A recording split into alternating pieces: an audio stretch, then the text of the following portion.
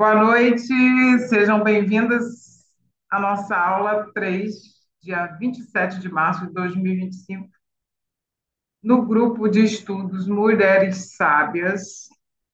E hoje nós vamos conversar um pouco aqui, pegando o gancho da semana passada, que nós comentamos sobre os contos de fadas, né? E como é que surge essa questão da aparição do príncipe, que é o final feliz, e a gente acaba ficando com esse arquétipo, principalmente a mulher na psique, né? Desde a infância, desde gerações e gerações, em que o príncipe encantado vai aparecer e vai nos salvar.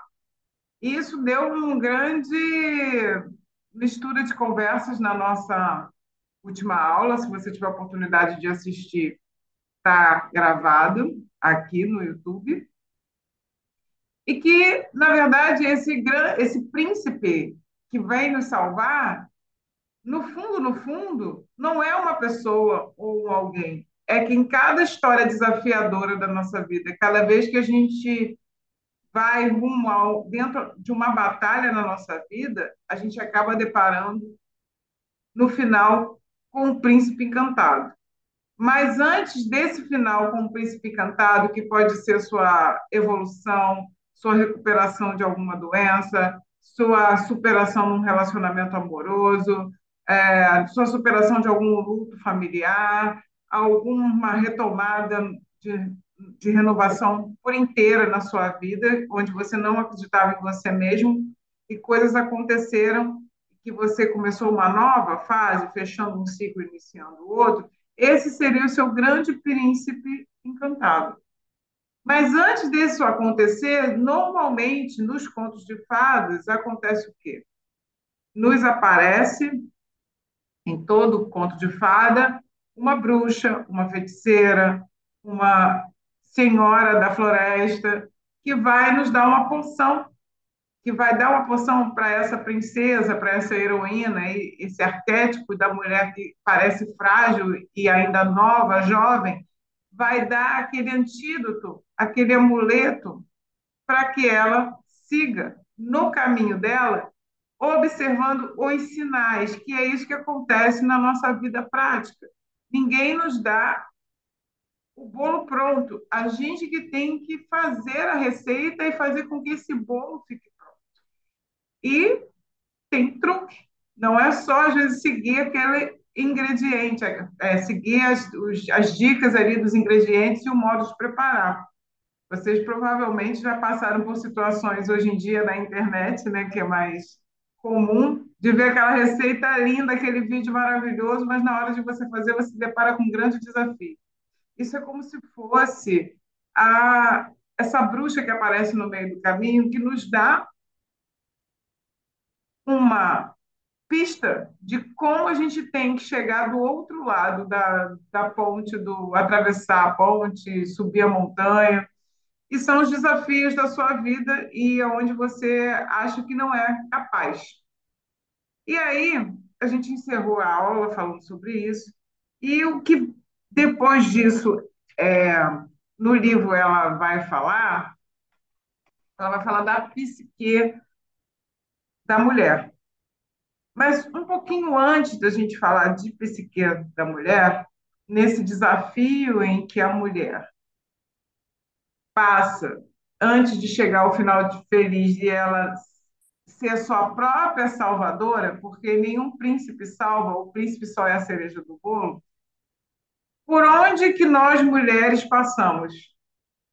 Nós passamos pelas nossas partes emocionais e sentimentais que mais tem a ver com a nossa psique do que nós imaginamos, que são os nossos impasses, os nossos conflitos, as nossas dúvidas, as nossas paranoias, as confusões, as neuroses, a dificuldade que a gente tem de se aceitar, de aceitar a nossa sexualidade.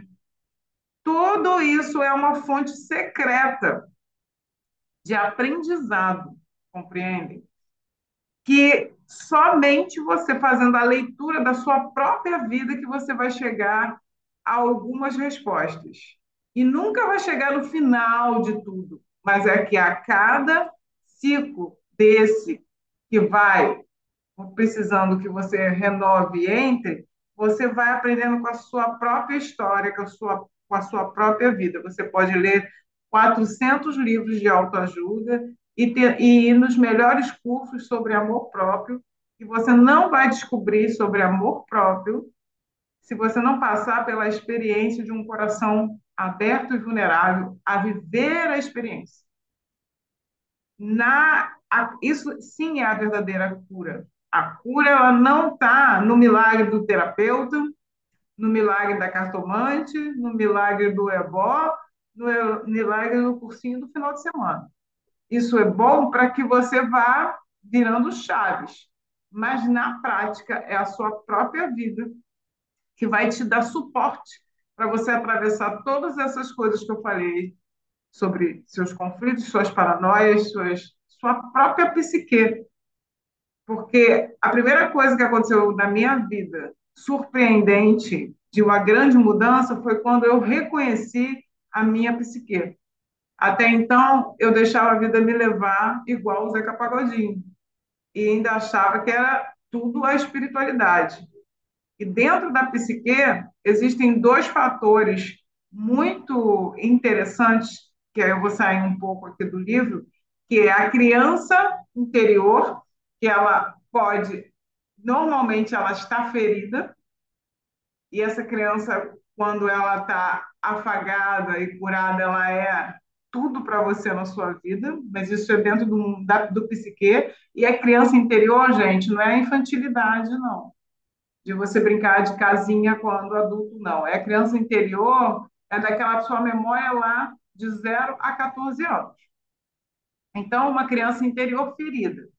E, a, e o que ela proporciona no seu psiquismo, nas suas memórias, para você poder sobreviver, gera a sombra, que o Jung bem disse. Se vocês quiserem estudar um pouco mais sobre isso, ou a gente pode abrir mais para frente algumas coisas falando sobre sombra.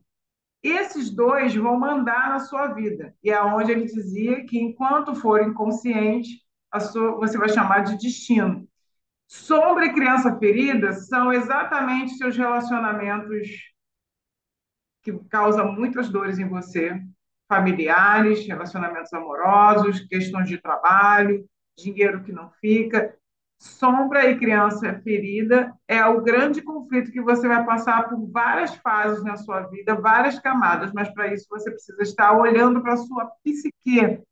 E o que acontece normalmente? Nós vivemos numa sociedade que os filmes, as novelas, nos ditam o que é romance, o que é namoradinho, o que é final feliz. E a gente vive numa ilusão infantil e às vezes a gente sai dessa vida, perde a saúde quando vê a vida acabou e não percebe que a própria vida é essa leitura de aprendizado e que você não precisa ter medo.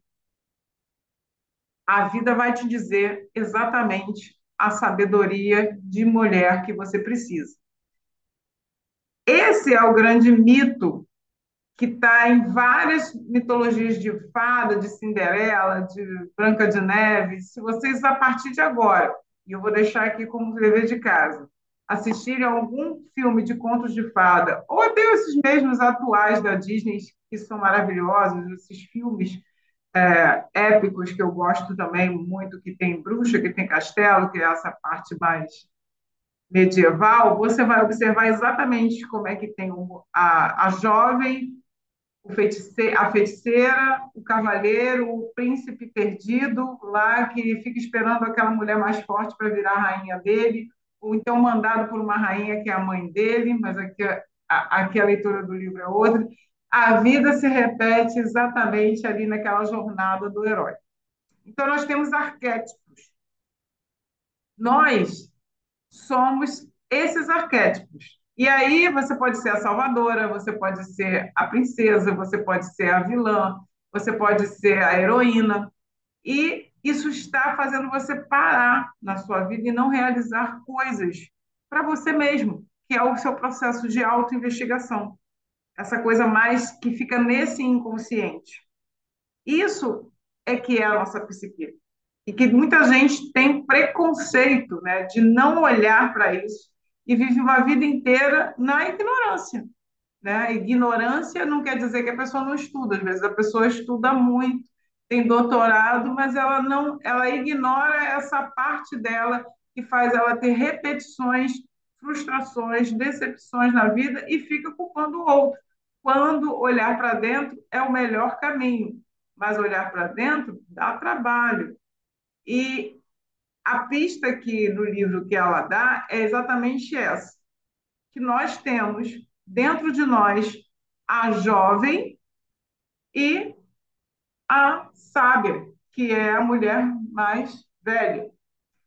A junção, ora uma tem que trabalhar, outra tem que trabalhar, e essas energias são complementares. Só que muitas vezes a gente está na criança ferida e na sombra, e não deixa a jovem e a anciã trabalharem dentro da gente para a gente se tornar mulheres mais sábias e íntegras, né? E aí, entrando um pouco nessa coisa da mulher e da menina, né? Como é que as coisas funcionam? Eu observo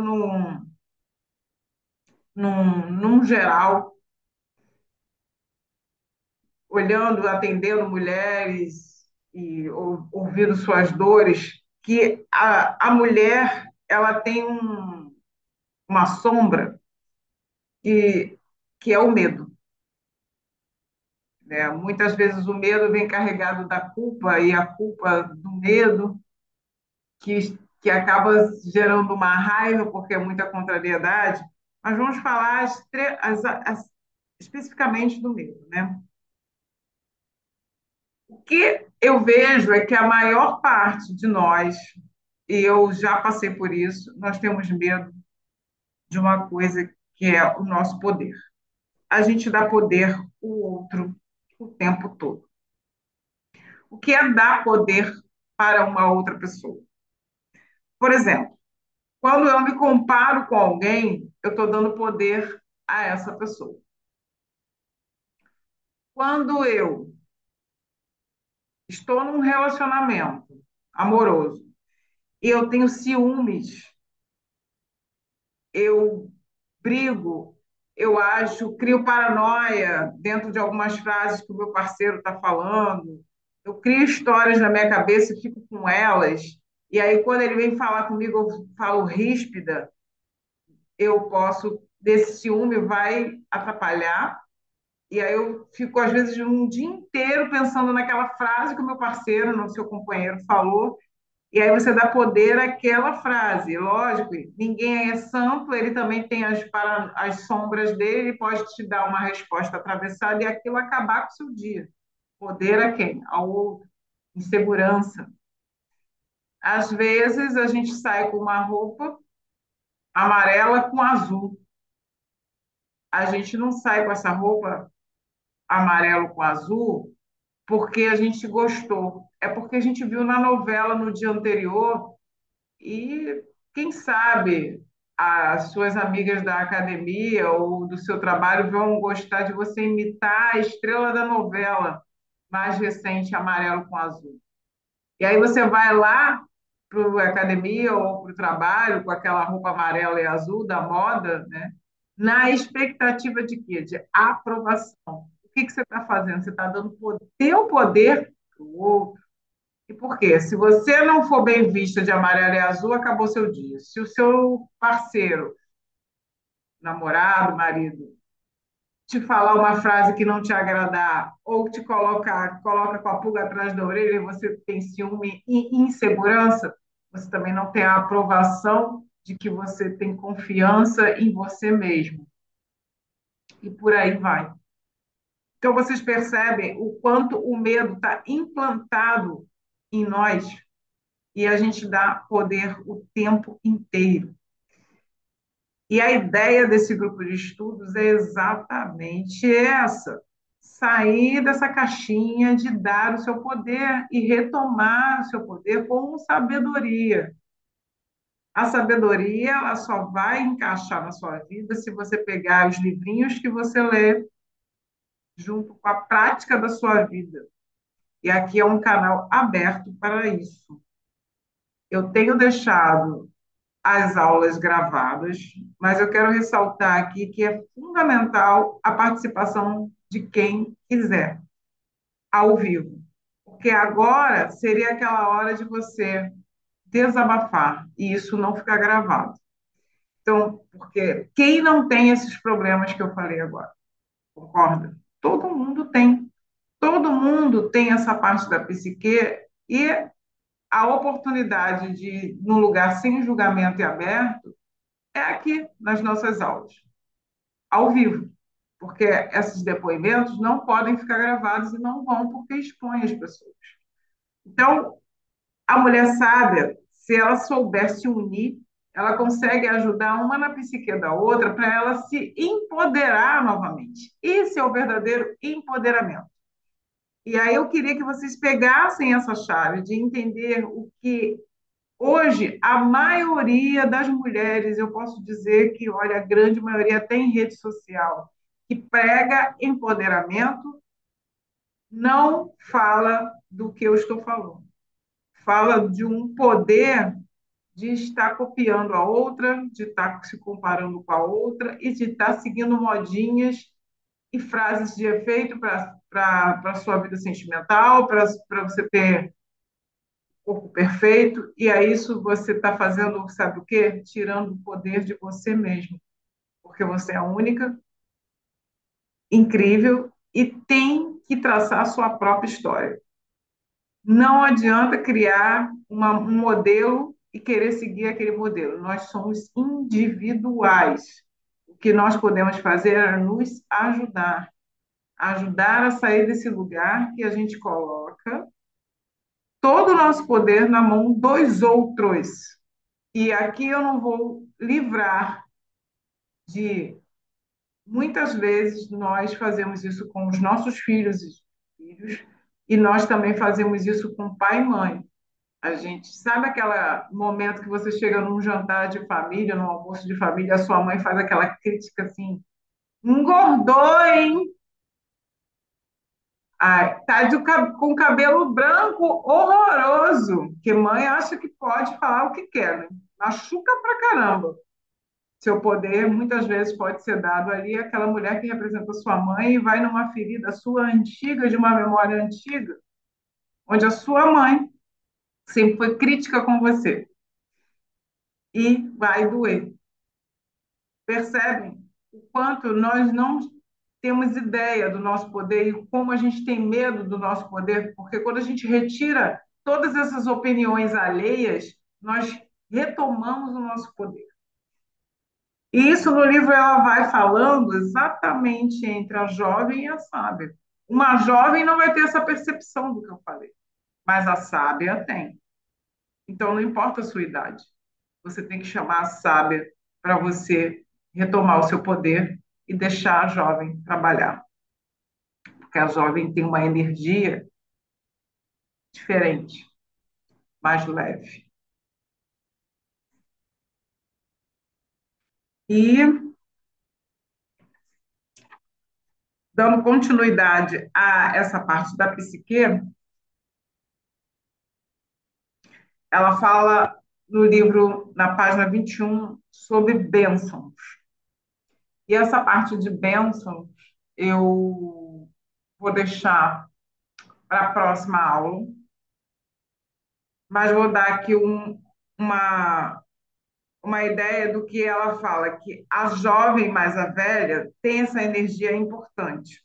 E a gente fica sempre esperando a bênção de alguma coisa que está para acontecer na nossa vida, só que a nossa maior bênção é esse aprendizado que eu conversei aqui com vocês, né? Esse aspecto da gente ter a jovem e a anciã juntas, elas são essências importantes. É como se fosse a alma, a anciã, e o espírito, a jovem. Com a alma, você pode ter uma visão de desejo daquilo que você quer, da sua força de vontade. E com o espírito, você vai agir para o seu próprio bem, que é essa situação que eu contei aqui sobre não dar poder ao outro. Então, o espírito, ele é jovem, ele é viril, mas a anciã, ela tem essa coisa mais da alma, de ser mais introspectiva, mas ter uma visão mais ampla. E com todas essas informações, provavelmente em algum momento você já se sentiu com 30, 40 anos, tendo insights e comportamentos de uma menina de 15, 16 anos, e vice-versa. Muitas vezes, quando você foi mais nova, já se sentiu com uma sabedoria que você nunca viu. Todos esses aspectos são bênçãos que são guardadas dentro de nós mesmos. E aí, na próxima aula, a gente vai falar exatamente sobre essa, essas bênçãos que a gente não enxerga e a falta de gratidão sobre todas essas coisas que a vida vai nos ensinando. Até a próxima aula e fiquem por aqui com Mulheres Sábias. Boa noite.